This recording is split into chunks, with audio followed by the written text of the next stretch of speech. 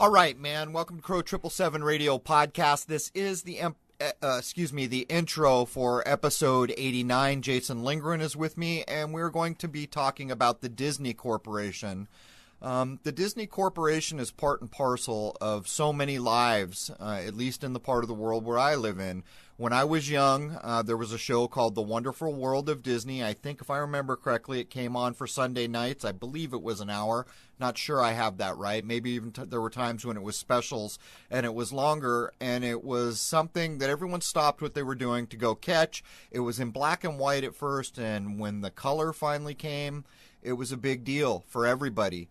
The corporation of Disney is been in every household in this part of the world that I'm in, and actually I've been to Mexico. I see the same thing there. I've been in Canada. I see the same thing there. But what's astonishing is I think few people have any idea of what a mega corporation Disney actually is. And we mentioned this later, but anyone go to Wiki and look at Disney Holdings. Jason and I were going to outline some of them. I don't think we could outline it, just the holdings alone, in the first hour. That's how big it is. And, as Jason and I got into this, we began to ask each other, at what point does a corporation become so big that government no longer matters? And we pretty quickly came to the conclusion that question was probably answered many, many, many years ago. And that sets aside the fact that the United States itself is a corporation. In these times, with these mega corporations controlling all information sources that matter, it's going to be equally as important to protect your free speech and to have freedom of expression as it is to demand access to information. Even as we got into this episode, as we will mention, digging up information to do this episode was difficult. It gets more difficult with every week or month that passes. I've had conversations with friends around the search returns for Crow 777 Radio. We talk a little bit about that and the whole satellite idea. If you go right now, and this is mentioned in the episode, I think, if I remember correctly, we recorded yesterday, you'll be told that there's roughly 2,700 satellites. Well, it was 2 or 3 years ago when the numbers being bandied about were somewhere between 15,000 and 30,000 satellites. Now there are actually videos circulating on the web that were made by official sources designed to convince us that pretty soon we will not be able to go to space at all because of the amount of radioactive space junk. I kid you not. Anyhow, this is quite an episode, and the reason it's quite an episode is because I doubt there are a few places in this world that will access this podcast that have not had directly to do with the corporation Disney, its movie, its information systems, and the litany of other sub-corporations and subsidiaries that it owns. As a matter of fact, if you go on Wiki and look up what they call shuttered corporations Disney owns, I don't even think we could get through that list in 30 minutes. I really don't. Anyhow, let's jump in with Jason Lindgren. This is an interesting episode, and by the time we get to the second hour, we really catch our stride. And the truth is, while we do not censor first hour content, we address a lot of things that we're not going to address in the first hour in the second hour. I hope to see you all over there at crow777radio.com. Anyhow, let's jump in. Cheers. All right, man. Welcome to Crow 777 Radio Podcast. This is episode 89. Jason Lindgren is with me, and we are going to be covering Disney. It's quite a thing, and both Jason and I had the same experience as we were doing the research. It is getting more difficult with each passing week to do research in the way we want to. For my part, I even had to resort to old books and printed materials that I had around. It's just simply not easy. Anyhow, welcome, Jason.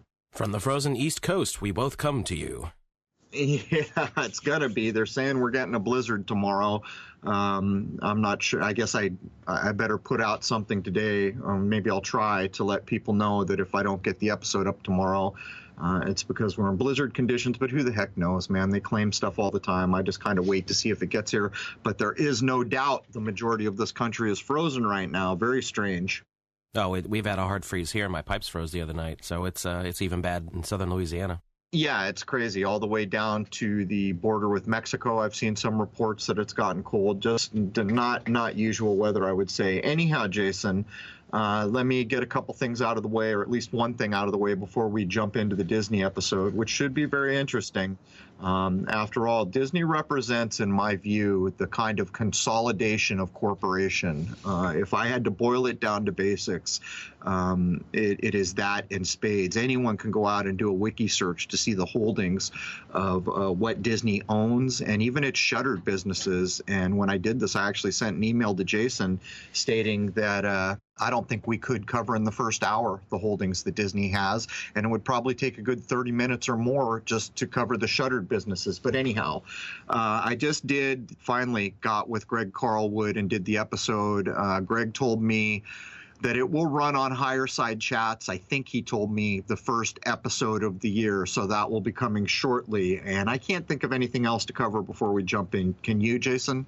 No, just the usual, hey, let's get Crow out there. We got to be able to get him to get on Google search hits. When people search for him, things need to come up. And as we were having a conversation off the air, it seems that them playing around with the YouTube channel and goodness knows what else out there, they're scrubbing his name from hit results if people are looking. So we need to fight back against that. We need to get you to start coming up again.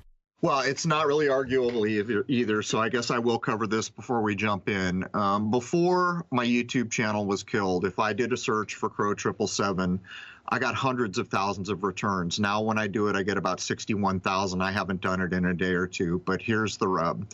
I have friends all over the world. I have friends that are, let's just say, very keen computer users. And what we did is we did a test searching for different search terms that relate to Crow 777 around the world. We did a search in Germany for Lunar Wave and got, I think it was 16 million returns. If we added Crow 777 to Lunar Wave, it went down to 21,000. And this sets aside all the other things that we learned. Geographically, we did the searches that are similar to what I just described to you. And the variance in the number of hits from any given place shows what's happened here. Apparently, when the YouTube channel got taken out, something like DNS servers, or that's not a good description, but the name Crow 777 was scrubbed from searches, and they've been drastically reduced. But geography is playing a huge role here. Depending where you are in the world, if you do search returns, you get big varying differences. And the idea that you can do a Lunar Wave search and get 16 million returns, which incidentally used to be a hell of a lot higher before the channel was taken out, and then add Crow 777 to it and have it drop so drastically is beyond the pale.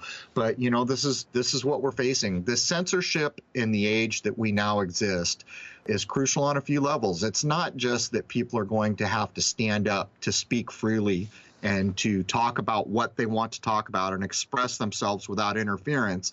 This has just as much to do with the information we can search and get back, which I opened talking about. But anyhow, Jason, we'll probably maybe we'll do an episode where we actually lay down flat out statistics of the stuff that I've learned with friends of mine all over the place looking into this. But how about we jump into Disney proper here?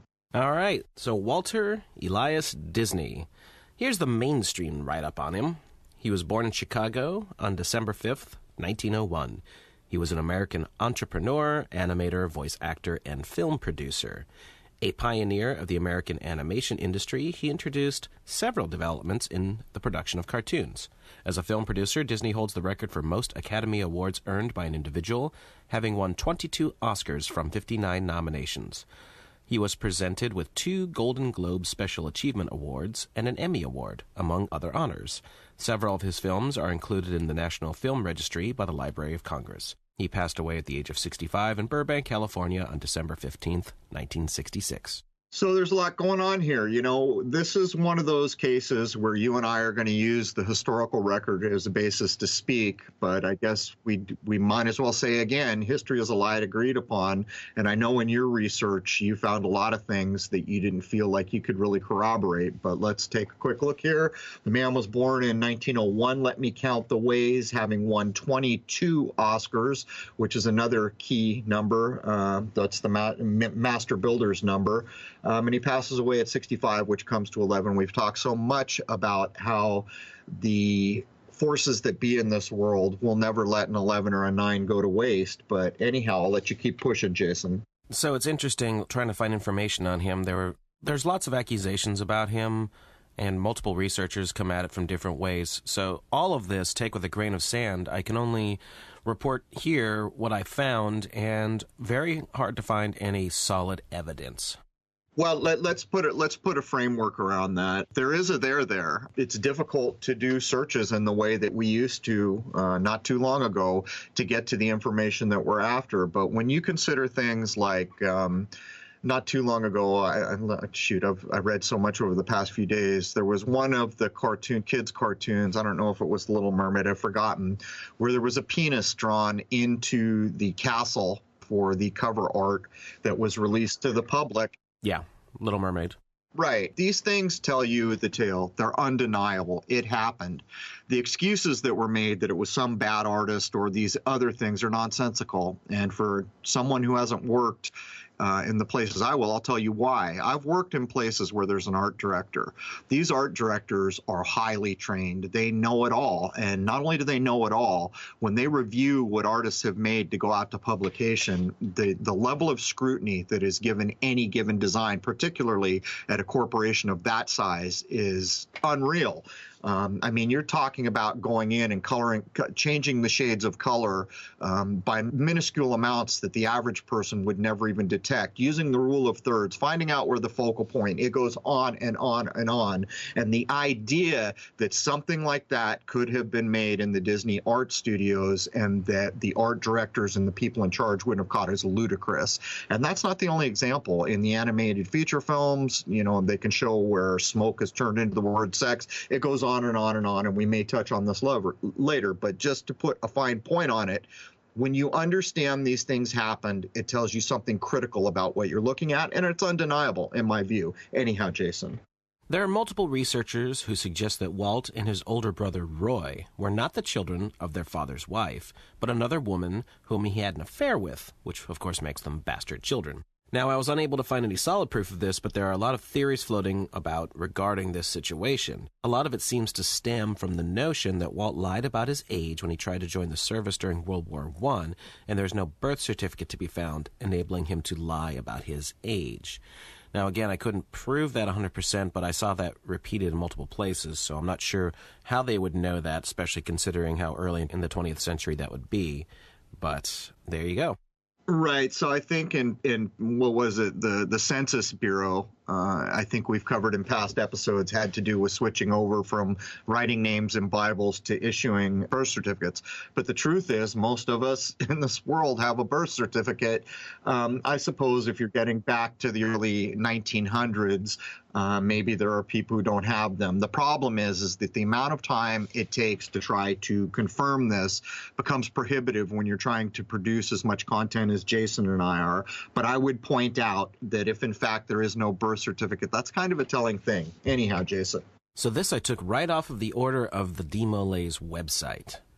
Disney was initiated into Mother Chapter DeMolay in Kansas City, Missouri in 1920. He received a Legion of Honor in 1931.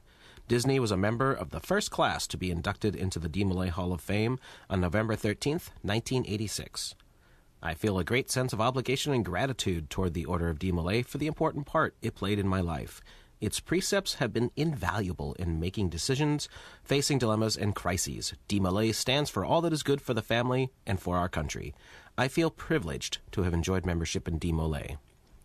Now, if anyone out there doesn't know what DeMolay is, that's sort of the Freemasonry for teens kind of thing. Family members might get their son involved in it, that sort of thing. So there's ties to him to Freemasonry. This is the only direct one I could find. So when you start to get back into the early 1900s, what you will find in any given big city is that a heck of a lot of people were in Elks Clubs kind of things, Masonry, these other types of things. So many people that were in unionized work would have been members of lodges.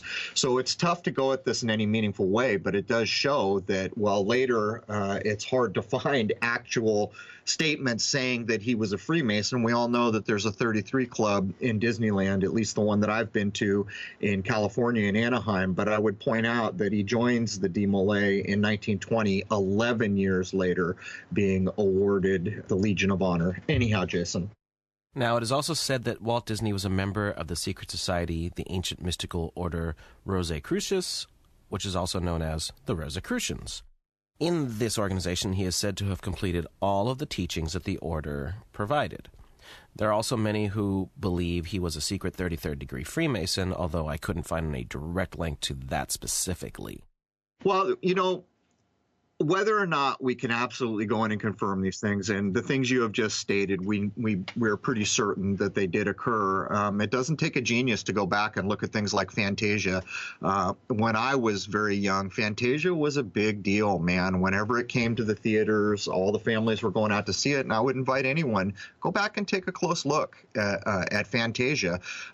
It's kind of surprising. If something like that was produced now and released, I think there would be a wholly different reaction than what happened back in the day when Disney was first making all these huge Technicolor feature films that everyone was crazy for. Go back and look at it. There is a very dark undertone to that movie for anyone who scrutinizes it. Now, Walt Disney began working on commercial illustrations in 1919 and moved into animations in the 1920s, having some marginal success with what were known as Newman's Laughograms. He moved on with something called Alice's Wonderland, multiple features of this, which was a combination of live action and animation and were actually quite impressive for the early 1920s. He moved to Hollywood in 1923 and founded a company that would eventually become Walt Disney Productions, and finally, as of today, the Walt Disney Company, which these days normally just gets abbreviated to Disney. This, along with 3 other companies, Walt Disney Enterprises, Disney Film Recording Company, and Lilith Realty and Investment Company.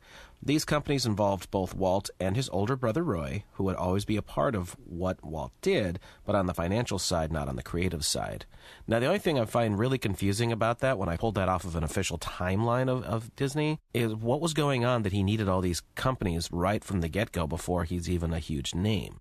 Well, we're looking at clockwork in my view here, Jason. The man was born in 1901, Let Me Count the Ways, and he begins his illustrations in 1919, Count the Ways. These appear on the face of it, if you're just to take apart the dates, to be playing the long game, the clockwork, almost like players come to the stage when they're supposed to be there on time, arriving when they need to play the role that will come. That's my point of view. The problem with saying things like this in a public forum is so many questions come on the tail of a statement like that, and so many of them we simply cannot answer.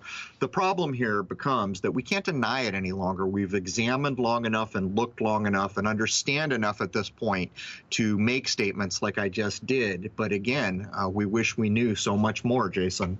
Absolutely. Now, the creation of the character and icon of Mickey Mouse, originally named Mortimer, which official history says didn't fly with Walt's wife, so she suggested the name Mickey instead. This character was created to replace a former character that Walt Disney worked on named Oswald, but he didn't hold the copyrights to. No one seems certain what the actual inspiration for Mickey Mouse was, but there's been multiple suggestions that it came from this or that, but there is no one official story. Mickey Mouse first appeared in May 1928 as a single test screening of the cartoon short Plain Crazy, but this one, along with a second called The Gallopin' Gaucho, failed to find any distribution.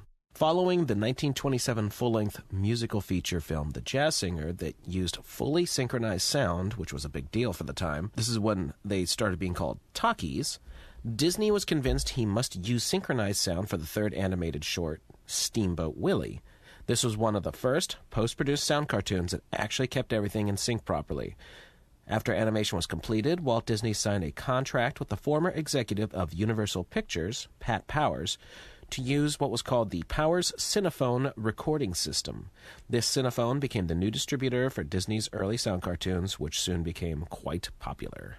Yeah, so here again, Jason, almost every major start date you've mentioned, we can count the ways. Hint, hint, hint, 1928, let's count the ways.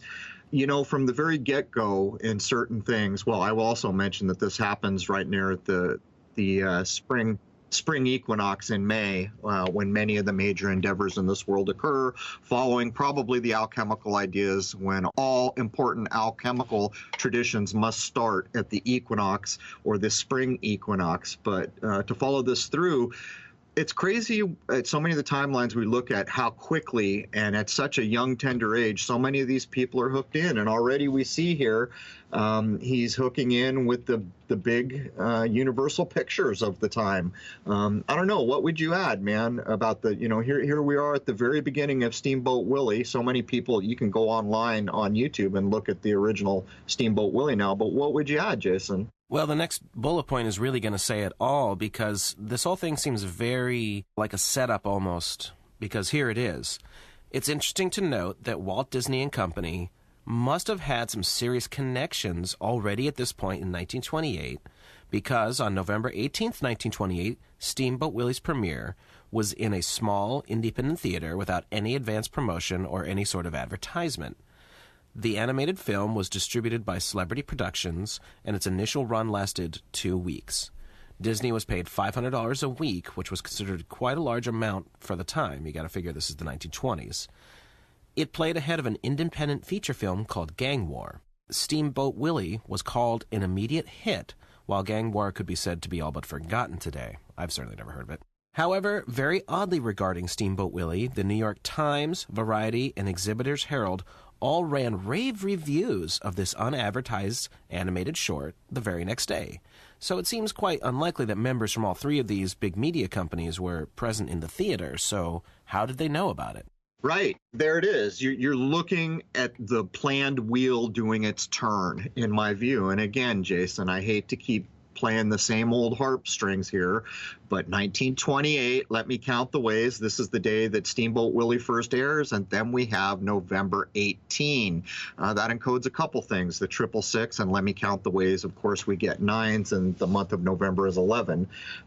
It never ends. Every major date. And I don't think, I'll ask you, were you thinking about this as you pulled these dates, or did all these things I've just said, is that mutually exclusive from how you collected them? Well, I mean, I certainly took note of all the dates, and at the very end of the notes, if you got through them, I put the exact release dates that are officially marked for every animated film that Disney has put out, from Snow White all the way up till today, and there's quite a few of them that seem to be around solstices and equinoxes and things. Right. So, it'd be an interesting study at some point for us to look at some of the major media, film, these kinds of things, where production on them was begun in March or near March, in the vicinity of the spring equinox, and then the end product is delivered during the fall of the power of the sun, in this case down in November, scantly a month away from the low point of the sun. There's something to all this. We've seen the pattern enough times, and every single date you've thrown out here, I have been able to say, let me count the ways, and come on, at some point that becomes more than coincidence, even for the most skeptical mind. Anyhow, man, back to you. Another interesting point about Steamboat Willie is that it has been at the center of a variety of controversies regarding copyright. The copyright of this animated short has been extended by an act of the United States Congress. However, recent evidence suggests that the film may actually already be in the public domain owing to technicalities related to the original copyright notice. The film has been the center of some attention regarding the 1998 Copyright Term Extension Act passed in the United States. Steamboat Willie has been close to entering the public domain in the U.S. several times. Each time, copyright protection has been extended. It could have entered public domain in 4 different years. First in 1956, renewed in 1984, then to 2003 by the Copyright Act of 1976, and finally to the current public domain date of 2023 by the Copyright Term Extension Act, which people called the Mickey Mouse Protection Act of 1998. The U.S. copyright on Steamboat Willie will be in effect through 2023 unless there is yet another extension of the law. There have been many claims that these extensions were a response by Congress to extensive lobbying made by the Walt Disney Company. I mean, they don't have any money or power to do that, do they, Crow? No, I don't think so. They're just average people on the street. After all the rest of us out here in the world with a copyright, when the copyright expires, it expires, right? To be fair, there have been other changes where there have been things like trying to make a copyright last for the length of the artist's life. But when you get into the actual factual record-based ideas that Congress got involved, and actually a nickname was attributed as the Mickey Mouse Protection Act, you're being told something here. So it's hard to, I started to break it down, even looking at the dates. 56, there you go. Let me count the ways. 1984, of course, so much attributed to that, and we skip one. 2003, go back up to 1976. If I'm not mistaken, that was the bicentennial of this country, so that's another kind of standout year. But my point being here, why would they make so much effort to extend the copyright here? Is it simply that Walt Disney Company is powerful and they're exerting pressure here, or is there something more to it? Hard thing to know, Jason. Well, I'm kind of curious what that actually would mean. If Steamboat Willie goes into the public domain, does that mean that anybody can use the image of Mickey Mouse? Or at least Yes. Mickey Mouse as he appeared in that cartoon? Minnie Mouse was in it too, because I believe they were both created at the same time. And I assume that means if someone wanted to use that imagery as it stood in that picture, which was very different looking from today's tweaked CGI, that kind of thing. Everything looks obviously much better today. But I'm assuming that means people could use it and not get the shit suit out of them. Right, that's exactly what it means. And I can tell you, having grown up in California, and even when I was a roadie, there were a few occasions that I actually, as a freelance roadie, was hired by a production company working for Disney to do work on Disney things. One of those was The Hunchback. I think it was, 97, 98. I don't remember. It's been so long now, but I've actually done work around them. And anyone who lives in California, in the vicinity of Anaheim, understands that there were hotels around Disneyland trying to get people to stay there when they went to Disneyland, trying to use the imagery, and they all got nailed. Even private personages have supposedly been nailed for using Peter Pan or other iconic copyright images. But what this means, Jason, is that all the imagery held within Steamboat Willie could be used by anyone. In other words, people could pick it apart in a YouTube video, examining it and running that content without fear of copyright. But it's really, the harder I look at this, it's really hard to understand whether this is just business, them trying to protect the foundation of their brand, or whether there's things there that they really don't want people picking apart. Hard to know, man.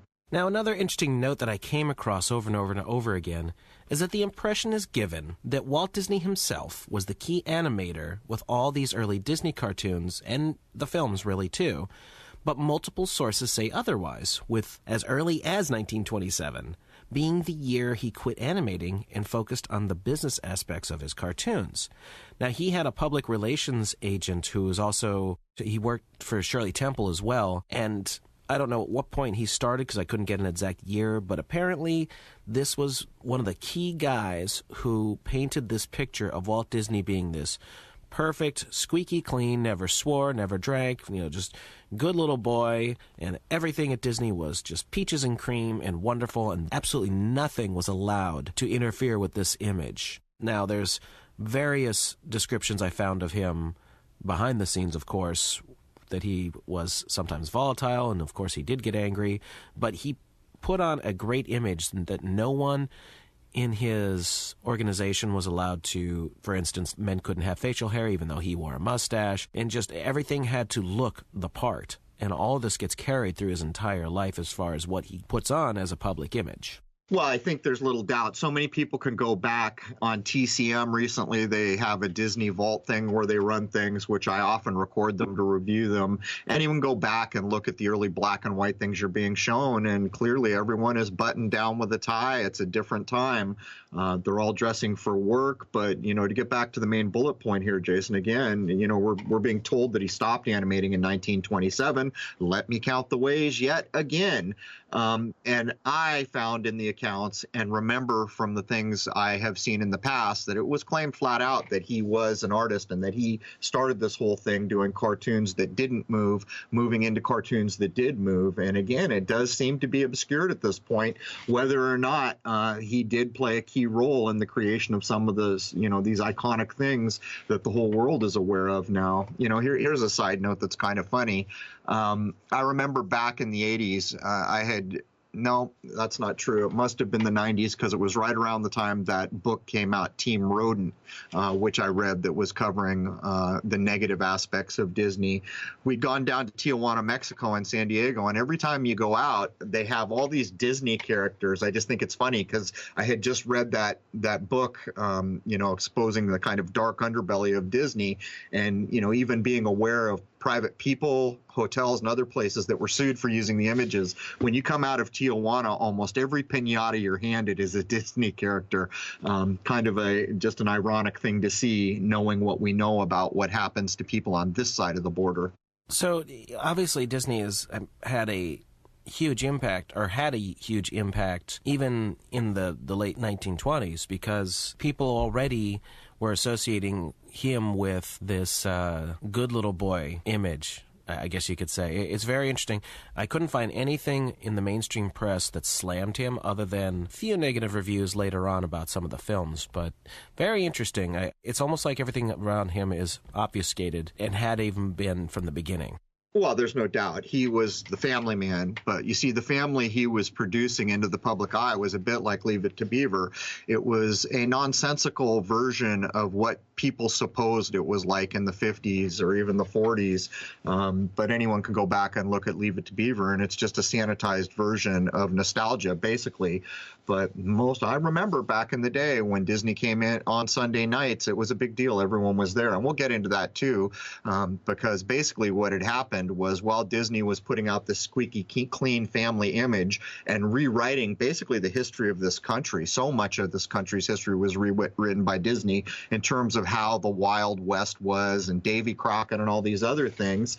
But the truth is that while he was running, he had a full hour, I think, on Sunday nights. It was also an ad for Disneyland. And there were a lot of people up in arms saying, how is it possible that this man can have an hour-long commercial for, his commercial endeavors?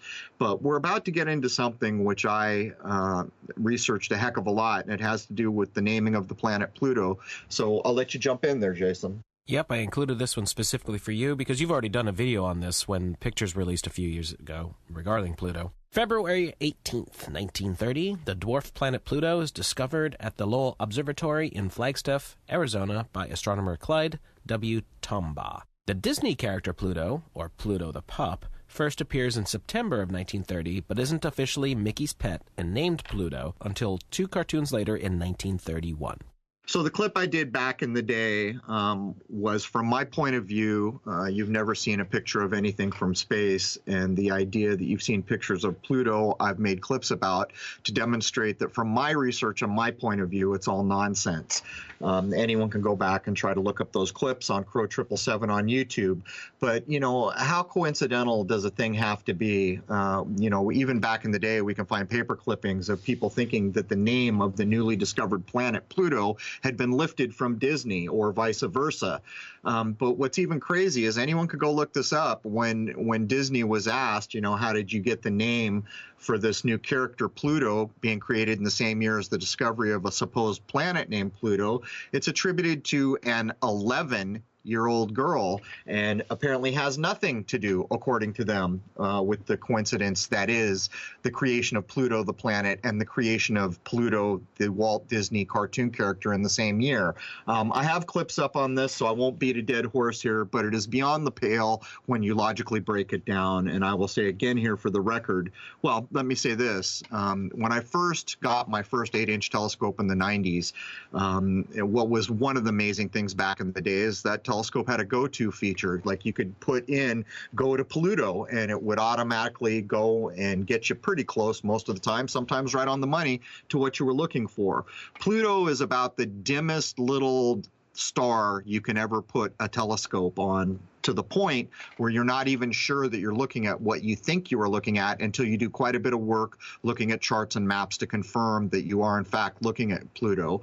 And again, I will state for the record, you have never seen an image of anything for the space, and the whole Pluto construct I address in clips on YouTube. But anyhow, back to you, Jason. Well, the thing that always jumped out at me for Pluto was that artist rendition that was put out. I don't remember if it was the 70s or the 80s when it was released, but basically an artist concept of this is what Pluto probably looks like, or something along these lines. And then you see the real pictures, and it's so close, it's ridiculous. That just seems unlikely beyond all belief. Right. I cover that in the clip that I have posted on YouTube. That's the last thing that I cover, and I can't remember the guy's name. His first initial and last name initial are the same, if I remember correctly. But I think it was in the 70s he painted an artist rendering of what Pluto might look like. And of all the infinite possibilities when you're just simply guessing, with no evidence other than the dimmest star in the sky, a little dim light you can see in the telescope. He paints this picture of what Pluto might look like. And of course, as we all know now, it is so damn close as to make the viewer incredulous. And that sets aside all the other work done with the supposed recent Pluto imagery released by the space agencies, where people have even tried to show that the cartoon character Pluto is embedded in that image, among other things. Really? Like, you could actually make him out, the character? A lot of people, I invite anyone to go to YouTube to go do the search. A lot of people overlaid the actual cartoon character Pluto with that kind of heart-shaped smooth spot on the supposed planet Pluto, which in my view is not an image of anything. It's an artist's rendering. That is my point of view. You can go look these things up, and, it's one of these things where, are we forcing a thing to look the way we want it to, or is there a there there? There does seem to be a there there, but that doesn't matter because we can pretty much demonstrate these are artist renderings. In the same way, we can take any image ever supposedly shot of Earth from space and show that they're nothing more than artist renderings. Even knowing the artist's name on the last one that was done in 2002 and the statement that he made saying, I was given data by a space agency and I designed this picture, supposing what I thought the world would look like from space.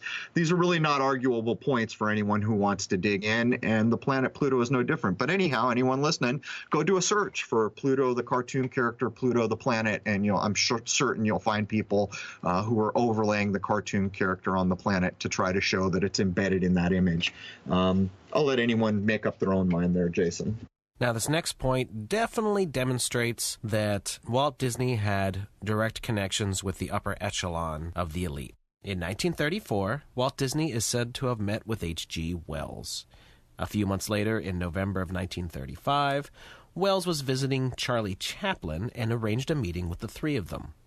All three are also said to have shared what was called a utopian dream of a world beyond racism and war.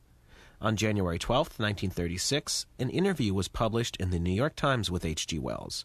It discussed the meeting between the three of them, and Wells stated that many do not realize that all Hollywood studios are so busy that they keep very much to themselves. Consequently, Chaplin never visited the Disney studios. Imagine Charlie and Walt Disney, those two geniuses never met. I took Charlie there. Disney has the most marvelous machinery and does the most interesting experiments. Like Chaplin, he is a good psychologist, and both do the only thing in film today that remains international. A good psychologist. So there we get the echoings of the Tavistock work that we've done. And how many episodes, Jason, have we done where we've shown that H.G. Wells is a keystone in the circles of power? The bullet points like this kind of demonstrate that all the people we remember as having been important in the entertainment industry are in a club. They all know each other. They all circle around each other. Here it is, just another example of the same old that we have covered so many times. And of course, H.G. Wells being on the outskirts of royal circles and to do with the Tavistock Institute. I also found information saying that Walt Disney was descended from William the Conqueror, meaning that he had what the elite would consider royal bloodline. So that's why he was allowed to get, or even helped perhaps, to get as far as he did. Possible, but again, very hard to prove. I wouldn't even know how to prove something like that. Well, I think it's clear that he's a special person when we look back in the way we can look back now. There's no doubt that there is connection to the circles of power there. Circles of power always include royalty. H.G. Wells proves the connection once again. And how many things have we attributed to Wells? But whether or not we could prove it back to a person, I don't think there's any denying that they're in that kind of royal influenced circle one way or another. And it would not surprise me either, Jason, to learn that they're actually royal blood. Whatever that means. Well, in 1934, 5, 6, whatever this was, H.G. Wells was at the end of his life, so all of his one world crap that he was pushing had already been way out there, and anyone familiar with Wells would have known that this is what he was about. His big claim to fame were in the late 1800s, very early 20th century, so anybody in the know was already well aware of what H.G. Wells was pushing, and I guess Disney was just okay with that. Right. Well, the utopian dream is just code words for the exact opposite. Disney took part ad nauseum in war propaganda. So here you're a person that's looking for the utopian dream that's beyond racism and war, yet you're going to help the very war machine that you're against. There's the first problem. The second thing, from as far as what we're told about Disney, is we're told he was an anti-Semite. I went back and forth on this for many years, much prior to this episode, trying to determine what's behind all that. Even looking at the people who worked on his films and seeing so many German names and wondering what the real truth and basis for it was. But the idea that they're into some kind of utopian dream beyond racism and war is provably nonsensical. For Walt Disney and that company, they are so in bed with war propaganda that they can never be separated, even having the studios co-opted to some degree by the military at one point. And then again, there's no walking away from the racism that is announced openly to the public in terms of Walt being an anti-Semite, supposedly. But then again, we have the name of Mickey Mouse as initially being Mortimer. And if I'm not confused, Mort is most often used in Jewish naming. I would have to look more into that, but also, I guess while I'm at it, clearly the word Mort could break down to death. But anyhow, I'm rambling, Jason. Go ahead. I didn't go specifically into the anti-Semite stuff because there is no one single solid piece of evidence. My thoughts on it are this, and you can give me your take on this. Hollywood was founded from the very beginning by Jewish people. It is predominantly, although not 100%, run by Jewish people today. My thoughts would be that Disney had to deal with a lot of Jewish business people who were always trying to keep an upper hand on him, as the stereotype generally goes, and he probably just got irritated dealing with it all the time. That would be my initial thoughts on being ticked off with Jewish people in general. Well, we can try to logically break it down. And again, I've gone at this a few times, and in some accounts, and even in some of the film reels that cover Disney, they're kind of showing that he's like this new guy on the block, this up-and-comer. The other studios don't like him. He's separate from them. That's what's being portrayed. But we can look at other aspects of Disney. He had huge problems with the unionization that is all over Hollywood. There is not a portion of Hollywood, probably, that is not unionized, from the Screen Actors Guild to any number of things. Walt tried to break unions and tried to keep an iron-fisted control over the people that work for him. And there's all these newsreels. You can go back and look, even Disney studio coverage of the history that show how hurt Walt Disney was that his employees would unionize and went against him. There's a whole movie that covers this, but it doesn't really tell us the truth, does it? On the one hand, we know that unions are predominant all over Hollywood. And on the other hand, we can look at the people who worked on the early Disney works, so many being German names. I can't make heads nor tails out of whether he's actually an anti-Semite or whether this is just some kind of propaganda. But there are tells, like how many German people worked on the film and the idea that Disney was going to be a studio that didn't allow unionization. But that's as close as I can come, Jason. In 1934, a test run for the soon-to-come Snow White and the Seven Dwarfs is released, called The Goddess of Spring. I watched it. It was only 10 minutes long, and there's lots of interesting symbology littered throughout. Now, I'd already seen other clips where lots of things that are occultish, devils and demons and things like that, seem to be a pretty common thing with Disney way back when. And, of course, we know that magic and all things to do with that are huge parts of the Disney film and their entire, just everything to do with them.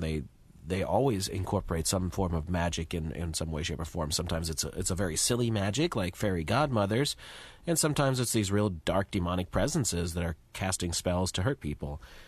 It seems like that was a thing right from the beginning.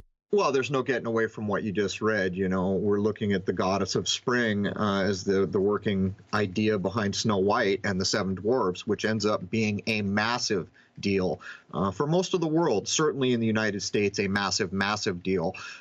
It was kind of a tectonic shift for America when that movie came out, but here we are. This is the goddess of spring. These are the older alchemical ideas being encoded into it. And almost in any given Disney animation early on, nature is going to play a big role. And the idea of magic and alchemy, it's all wrapped up in here. And there are very few movies that you can point at early on that don't openly show these things. The problem is at this time in the history of America, most people aren't even aware that alchemy is a thing. But here I think we see another example of those elite from the upper crust circles being well versed in the ideas of what I call alchemy, lacking any better descriptive term to describe the natural processes that bind us all and that are used so thoroughly by the powers that be. What I find interesting is that he's releasing these things in what would be considered a predominantly Christian nation. In 1934, everybody's good little Christians, at least on the surface, but he's putting out things with devils and demons and things. There's been a lot made out of this. A lot of people who follow Christian traditions made the argument that he was trying to separate America from these Christian ideas that it had been founded on. And again, I would invite anyone to go back and look at Fantasia. You don't need to be a genius to understand what you're being shown there.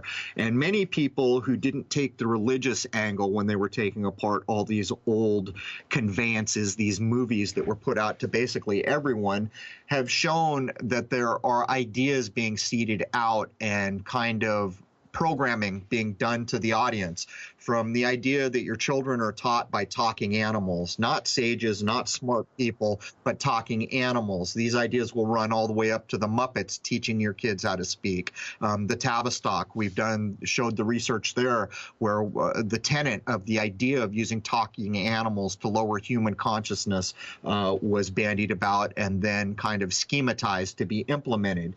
And more so even is how the hero of any given animation back in the day wins. It's not in a belief of something higher than himself. Often it's through some kind of a magical means and these other things. But these ideas would probably take up a show on their own, Jason. But people can look up where other writers have gone at what was the purpose, the encoding into these movies. Let's get to the first really big one for Disney. 1937, the release of Snow White and the Seven Dwarfs, Disney's first full-length animated feature that was released by RKO Radio Pictures at the time. And we have discussed RKO before in regards to their radio ties and all the things they had to do with that, and that has... Military ties, exactly. Production had begun in early 1934 with an original projected budget of $250,000, which was 10 times the amount for any of his animated shorts at that time. However, the film ended up costing over $1.4 million, which translates to approximately $25 million in today's terms.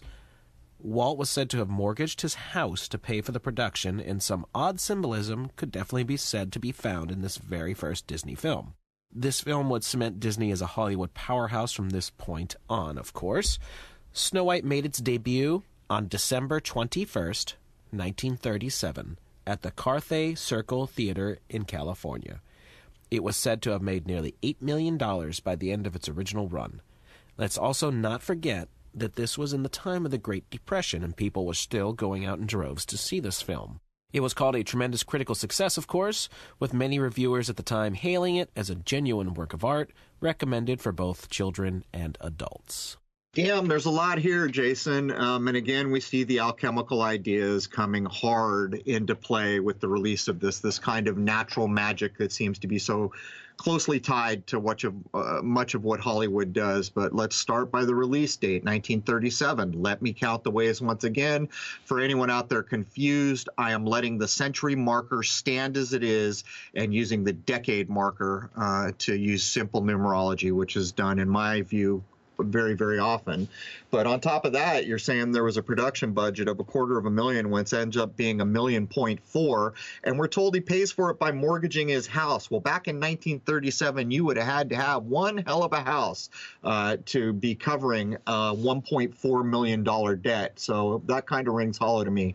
But the main takeaway here is in 1937, let me count the ways, it is released on the low point of the sun, the summer solstice, the allegory for hell.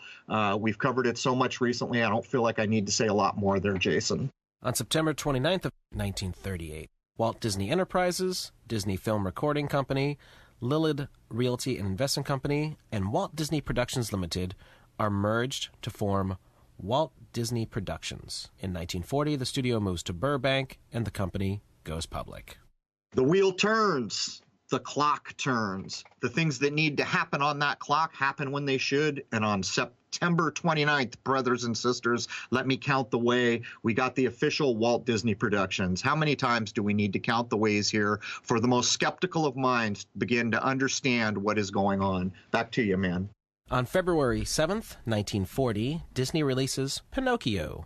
Initially, it was not considered a financial box office success, because the box office returns from the film's initial release were both below Snow White's massive success and below the studio's expectations. Of the film's $2.289 million cost, twice the cost of Snow White, Disney only recouped $1 million by late 1940, with studio reports of the film's final original box office take varying between $1.4 million and $1.9 million. Animation historian Michael Barrier notes that Pinocchio returned rentals of less than $1 million by September 1940, and in its first public annual report, Walt Disney Productions charged off a $1 million loss to the film. Barrier relays that a 1947 Pinocchio balance sheet listed total receipts to the studio of $1,423,046.78. This was primarily due to the fact that World War II and its aftermath had cut off the European and Asian markets overseas and hindered the international success of Pinocchio and other Disney releases during the early and mid-1940s. RKO recorded a loss of $94,000 for the film. This is a strange thing, Jason, because, I was alive during the period in the 60s when every now and again the Disney films would be re-released. They almost did it for each young generation or each group of young folks every periodically. I don't know what it was, every 7 years, or I'm just guessing. They would release the big films, and Pinocchio was one of them. I don't think there's a child in this country that isn't, late 40s, 50s, 60s, 70s that didn't go out like every other family to see Pinocchio. So the description that it didn't do well, whatever, I'll set that aside. But one strange thing about Pinocchio, because I actually went back and viewed it recently, like within the last year or so, it has a strange cadence and the artwork. And while most of it is really kind of Disney-esque, really interesting, vivid artwork, it almost seems like there's a few movies that were pulled together. Like all the things to do with the ocean seem like they were animated for a different feature. All the underwater scenes, it almost looks like a whole different group of designers that had nothing to do with the land-based Pinocchio created it. I would invite people to go back, but to close out on this bullet point, I would suggest that maybe this is serving the war narrative where, look, man, we're at war, hard times, we can't release movies in other countries, so we're taking a beating just like everyone else. I would suggest that maybe that's the narrative we're looking at. Yeah, now, the United States hadn't officially entered yet, but that was coming very soon. The idea was that the whole of Europe and Asia was all screwed up because of World War II, and that where films would normally get released, they just weren't at that time. And what's interesting is that's considered very heavily today as well. There's only the United States considered for the initial release, but they have massive figures taken into account for all the other markets. So it's interesting that even way back in this time period, that was a very prominent thing to have to be considered. Well, you have to consider another point. Movies worked for the Disney studios in a way different way than most other places that produced film, because they were making what was called family-friendly entertainment, and things like Pinocchio were aimed at the kids, but the adults could go too. But you see, it wasn't just the initial year's release. Like now you're told, oh, this is the best film of the year, and now it's going to go to DVD.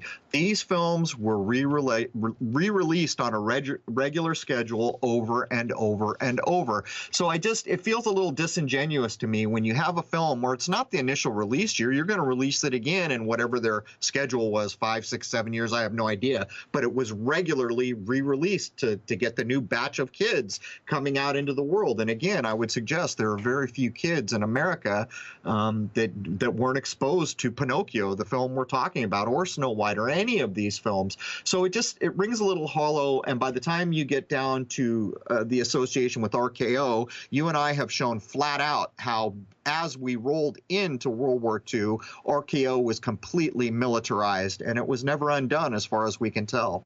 The re-release thing hadn't started yet. I'm actually going to get to that. I have a specific bullet point regarding that with Snow White because of the losses that they were incurring, and I'll get to that in a moment. But what's interesting is this is pre-television, obviously pre-rentals or anything like that. None of that stuff was going on. So you spent money on a movie, you released it, and it did what it did. There was really no merchandising to anything yet, although that's about to start up for Disney and all that. So they pioneered a lot of what went into making money for movies pretty much around the late 30s into the 40s, because this is way before the Mickey Mouse Club and Disneyland and any of that stuff would be out there making Disney tons of money. Good point, Jason. And maybe I spoke too early because I really am not aware of when the re-release schedule started or what the period was. But by the time I was a young child, the Disney films would be released from time to time to time. And then, of course, I lived through the 80s when the video market starts up. So maybe I'll back off the statement I just made until you cover that point. But up here next, we're into a very dark piece of family entertainment, aren't we? Absolutely. On November 13th, 1940, Disney releases Fantasia with a cost of $2.28 million. This release would also lose money despite being thought of very highly in many circles, especially with reviewers. The problem was that of World War II going on in Europe, again, restricting the release of the American films in certain nations involved. Now, they went above and beyond with this film. Being a recording engineer, I actually looked at some of the ways they did the sound, and they put a lot, hundreds of thousands of dollars in 1940 dollars to... It wasn't 5.1 surround or anything like you would hear of today, but it was along those lines of stereoscopic where there'd be a right channel, a left channel, and a mono channel center, so that the orchestration would be delivered in the theater in a way just never done before. So Disney really believed in whatever it was he was doing would push the envelope for whatever reason. I don't know if it was to bring movies to a more realistic level, if there was something more insidious behind it, I don't know. But from a point of view of a recording engineer, he was pioneering things at a very early time because things are still being released in mono all the way through the 60s. Right. So let me give you my take here. In my view, Fantasia, the importance of the film from their perspective had nothing to do with the box office it was going to get. It was making an announcement. It was showing, it was the tip of the hand to show what they were about. I think that's what it's about wholly. And I would also point out simple things we can look at, like the release date on November 13. I mean, we're talking about a country who doesn't even put 13th floors in buildings, right? Because 13 is unlucky. So the majority of the skyscrapers don't have a 13th floor. Well, where does this come from? Many would say it echoes back to Friday the 13th when the Knights Templar were all supposedly murdered, or many of them by a French king. So you can see the encoded dates. 13 was always thought of as an unlucky number. But when you go back and look at this movie, I would make a bold statement here. If a movie similar to this with similar content was released today, it would be called out as an occult practice, and many religious institutions would be screaming from the rafters. When you go back and look at it, in my view, what you are looking at is a tip of the hand. Disney is showing you the alchemical game it is playing, the Insider Royal Circle game it is playing, and it announces the intent of what Disney, the corporation, will be engaged in with regard to how it's going to interact with the masses through the life of the corporation. I think that's what's going on. And for my money, I don't think money was even a big deal. I think they wanted to do what they wanted to do, and they did it. Now, what's interesting with Fantasia is the very heavy occult overtones. Obviously, we have The Sorcerer's Apprentice, where Mickey Mouse is a wizard and he's animating things to life, so Christians do love to scream about that one. But the big thing is that the last piece is the devil. Satan.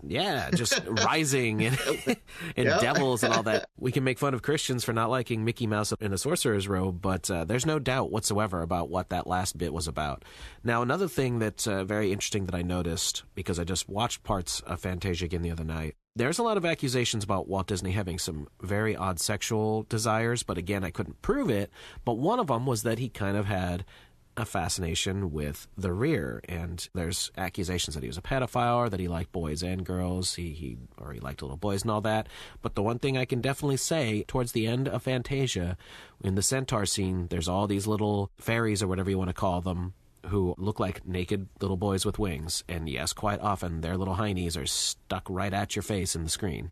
It's not just this film. There are so many occasions in Disney still art and animation where you can show the kind of, idea, the sexual idea being inserted into it. And on the face of it, the average person may say, so what? But sorry, you can't do that. This is being shown to the world as wholesome family entertainment. It's targeting all the kids of the world, and guess what? The parents can come too.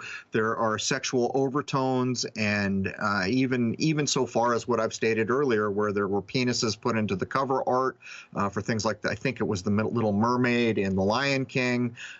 There's been ample work done to show that the smoke in a certain part of the film turns into the word of sex. This has been done over and over and over, and these are not questionable things. So on the face of it, we see it for what it is. It's being billed as family entertainment, yet something else is going on here.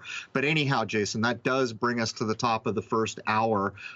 You want to get in a little bit about what we're going to cover in the second hour, because there is so much we're going to hit on. Well, the second hour, we can definitely talk about things that we can't on YouTube, especially what the holdings are, all these different properties. First thing is going to be the strike, which was a big deal in 1941, but we're going to get into, towards the end, all the different properties that Disney has gobbled up, and they are becoming a monstrosity as of 2018. They own so much intellectual property, and they just are not slowing down.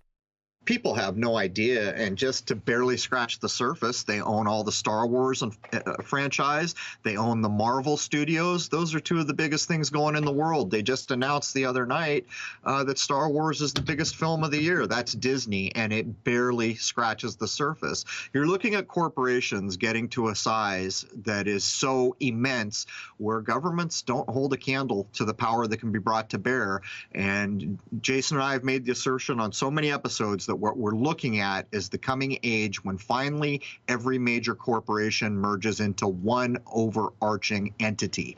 If these assertions are correct that we have made, and the path and the research we've done to try to show it, there's really no arguing about the timeline here. We're looking at people who played the long game, and I'm talking centuries long game. It's a bit hard to fathom, but anyhow, Jason, anything else you want to add before we close up the first hour and prep up for hour two, which should be a doozy? Well, I would like to add for this hour one, think about the massive social engineering implications there could be regarding just something like Star Wars. Disney owns Star Wars and are releasing films on a regular basis and will from this point on. As far as I know, they're going to try and release a Star Wars film every year from here to eternity. And think about the amount of people, the millions and millions and millions of people who are into this stuff. I saw the latest Star Wars movie, and man, it sucked. The storyline compared to the originals, it's obvious that this is being used for something else other than telling a good story, because it was not a good story. And I'm not saying that as a whiny fan. I'm saying, just dissecting it, it just wasn't very interesting. But goodness gracious, was there a lot of programming in there. So think about the fact that Disney is going to do this with this property and all the other properties that it's got control of. And how many people are going to go walking blindly into these theaters, be bombarded with this programming, and go talk about it on the internet ad nauseum, not even realizing what it was that they witnessed in the first place. Well, there's no arguing at this point, Jason. Data is king. Data and messaging trump all other aspects of life, to include cash, by a long shot. And anything that will be exposed to millions and millions and millions of minds, whether it's a very popular TV show or a movie that ends up blockbuster status, the more minds that will be exposed to the content, the more programming that will be in it. We've demonstrated this time and time again. And even in this opening kind of sonata on Walt Disney, we had to stop and count the ways at almost every stop. The wheel is turning, the clock is spinning. The actors will come to the stage when they were required. They will play their required roles. We're looking at a long game here, and the end of this long game, in my view, is total domination of everything by one overarching entity. Anyhow, that brings us to the top of the hour for episode 89 of Crow 777 Radio Podcast. I hope to see you all over at crow777radio.com for the second hour. It's going to be a Lulu, and the fact remains, we often cover things in the second hour that would probably get us in a bit of trouble over here, though we do not censor the first hour. There it is, man. Cheers.